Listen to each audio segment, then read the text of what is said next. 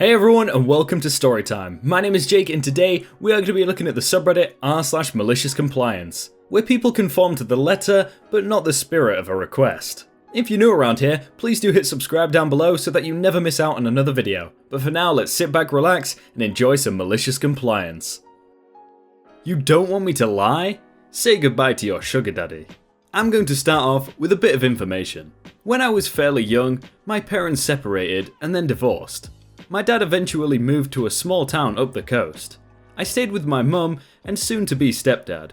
From ages 4 to 10, I lived with my mum and stepdad, spending holidays with my dad up the coast. A little after I turned 10, my mum asked me what I wanted to do, live with my dad or come with them when they moved to a small mountain town. I opted to move with my dad. For the first year with my dad, it was fine. Poverty stricken, but we managed. I finished grade 5 and over the summer he had decided he wanted to move and get a roommate, except this roommate was a chick that I didn't like. There was something wrong with her that I couldn't figure out till I was older. I'm going to call her V. V immediately tried to supplant my mother. She would discipline me, teach me chores, etc. All things I would need to learn regardless. What bothered me was my dad had the hots for her and he basically just let her walk all over him. He ended up paying the majority of the bills, she took over the space, her word was law, etc. I plan on writing some stories on how my father was known for being an entitled person enabler. At some point, she got pregnant by her then boyfriend. He was a well-off musician with family money and lots of property. She scored. Was she happy about that? Nope. She would drive around with me in the car. One of the places she would stop was some ramshackle trailer in the boonies.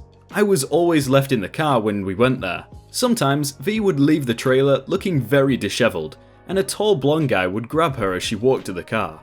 At the time, I was 11 years old and had a pretty good idea what she was doing. I had no plans on saying anything. I knew the baby daddy and I liked him well enough, but I didn't think it was any of my business. Well, at least till V pulled some stuff on me. I can't even remember what she screamed at me for, but I got lectured and V told me that I must always tell the truth. Lying was bad, etc, etc. My dad stood there and just let her. Cue malicious compliance.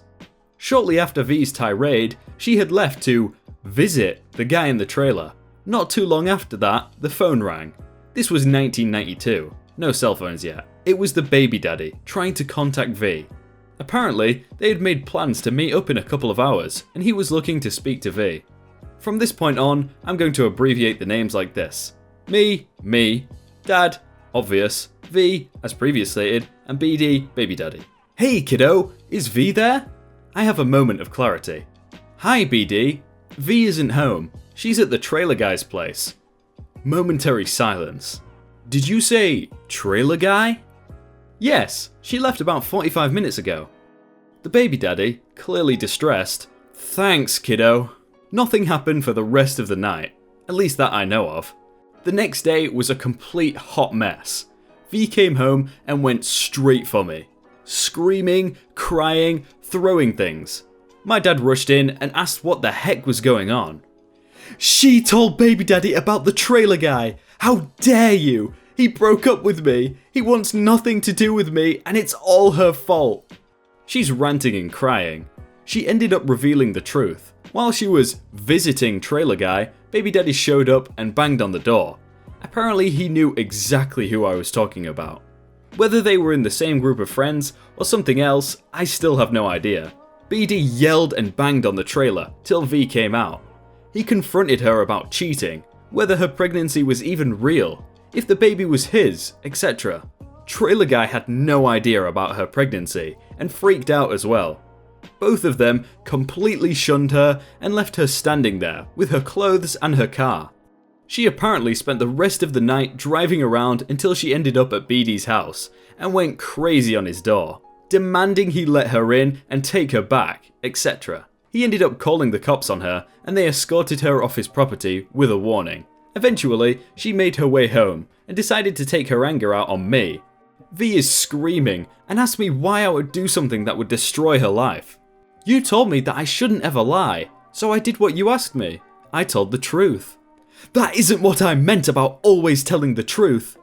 She's right. You punished her not telling the truth. She only did what you asked her to do. V looked like a guppy, mouth agape and sputtering. She stormed off. I later found out that the baby daddy only agreed to the child support and some visitation, but not in her company. I never heard about the trailer guy again. My dad ended up moving to another small place. I ended up moving in with my mum and stepdad for 2 years before moving back in with my dad. V never recovered. She became a thorn in my side for years to come, but that's for another post. I like how V asks, why would you do something to ruin my life? But you know, you kind of cheated on the guy, which is probably gonna ruin your life in the long run. Coworker reports me for doing a task incorrectly. Hello everybody. I have been mentioning to my manager for several months that this particular task at work is being performed incorrectly and inconsistently, meaning the readings are not reliable.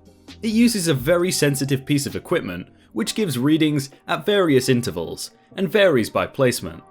The readings must be taken weekly, at various points around the area, and an average reading calculated, which must fall into set parameters. My manager has promised to address it, and failed to do anything. A coworker of mine heard that I'd been attempting to address the issue. One day, while I was off, she covered my responsible area. She looked at my readings, concluded they were horrible, and proceeded to go over my head all the way to the very top of the chain. The person she reported me to is somebody that you should save for a last resort. This person gets the job done, and does not take crap from anybody. Taking the problem to this person is the equivalent of taking a sledgehammer to hammer in a nail. I returned from my time off to be informed by my manager that there had been an issue with my work area. Due to the involvement of my big boss, somebody was being sent down from the top to supervise me on the next performance of the task. I returned to my area, looked at the work my coworker had done, and looked at how she'd fixed it. Knowing that I had performed my job correctly, and others weren't doing it correctly, I was able to see exactly what she'd done, and tell that she'd done it incorrectly. When I saw my main boss, I mentioned that I had not done it incorrectly at all, describing the technique perfectly. I was informed that it sounded right. Main boss informed me that the person she sent had been given the specific instruction to be fair and impartial. The day came around. Somebody arrived to supervise my work. He went in ahead of me, taking the tool. He did some readings in my absence. I entered the room.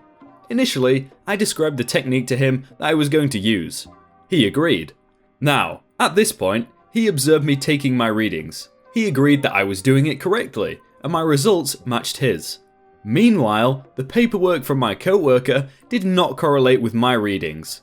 In one instance, one of the readings was so far from what we both recorded that we concluded that the only way she could have gotten the reading she did was either to outright lie or perform the technique in a manner that was as far from correct as possible. He left and reported his findings to the main boss. The next morning, I heard my manager asking my coworker to come and sit in his office. They needed to have a chat.